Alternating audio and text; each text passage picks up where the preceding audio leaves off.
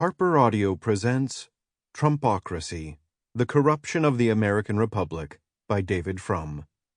Read by James Anderson Foster, with an introduction read by the author.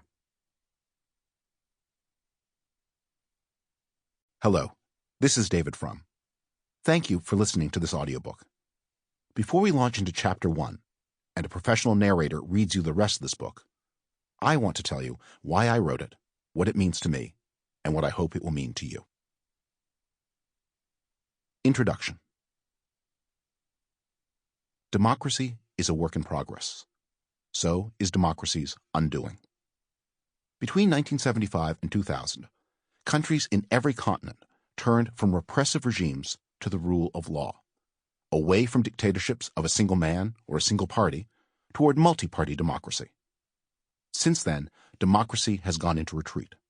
From Russia to South Africa, from Turkey to the Philippines, from Venezuela to Hungary, authoritarian leaders have smashed restraints on their power. Media freedom and judicial independence have eroded. The right to vote remains, but the right to have one's vote counted fairly may not. Until the U.S. presidential election of 2016, the global decline of democracy seemed a concern for other people in other lands. A matter for U.S. foreign policy, yes, but not for America's internal affairs. That complacent optimism has been upended by the political rise of Donald Trump. The crisis is upon Americans, here and now. I write this book in the midst of that crisis. My choice of timing imposes on this project many risks of error and misunderstanding.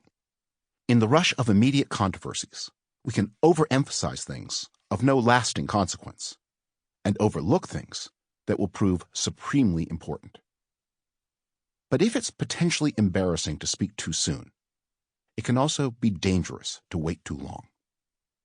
I sometimes wonder, what would have happened if some forward-thinking member of Congress had devoted his or her career in the late 1990s to fighting for the hardening of airline cockpits against hijackers?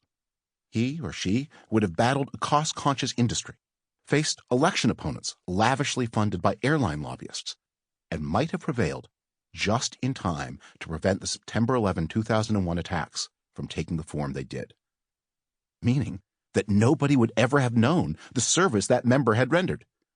Instead, he or she would forever be known as that bore who droned so uselessly about a threat that never materialized. Not all premonitions come to pass, but if we are saved, we never know for certain what we were saved from. Even now, the severity of the Trump challenge to American democracy remains a disputed question. Some more tradition-minded Republicans will point to the Trump administration's chaotic decision-making and policy failures as reassurance. How can he be an autocrat when he botched his own agenda in Congress? He can't do anything for 15 consecutive minutes, let alone overthrow a system of government that has lasted more than 200 years. The buried premise in these assurances is that the only leaders we need to fear are those who are strategic, methodical, and deft, and that the only threats a democracy need worry about are open and overt attacks on its legality. The founders of the American Republic knew better. One of the political thinkers who most influenced them, the French philosopher Montesquieu, warned that a free society must guard not only against crimes by powerful leaders, but also against, his words, negligence, mistakes, a certain slackness in the love of the homeland, dangerous examples, the seeds of corruption, that which does not run counter to the laws but eludes them, that which does not destroy them but weakens them. So it is now. The thing to fear from the Trump presidency is not the bold overthrow of the Constitution, but the stealthy paralysis of governance. Not the open defiance of law, but an accumulating subversion of norms.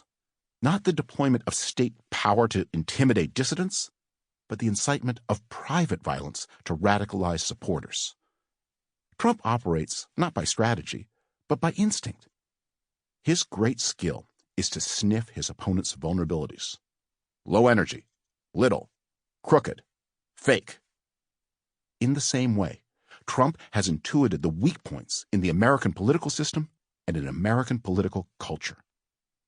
Trump gambled that America. Sample complete. Ready to continue?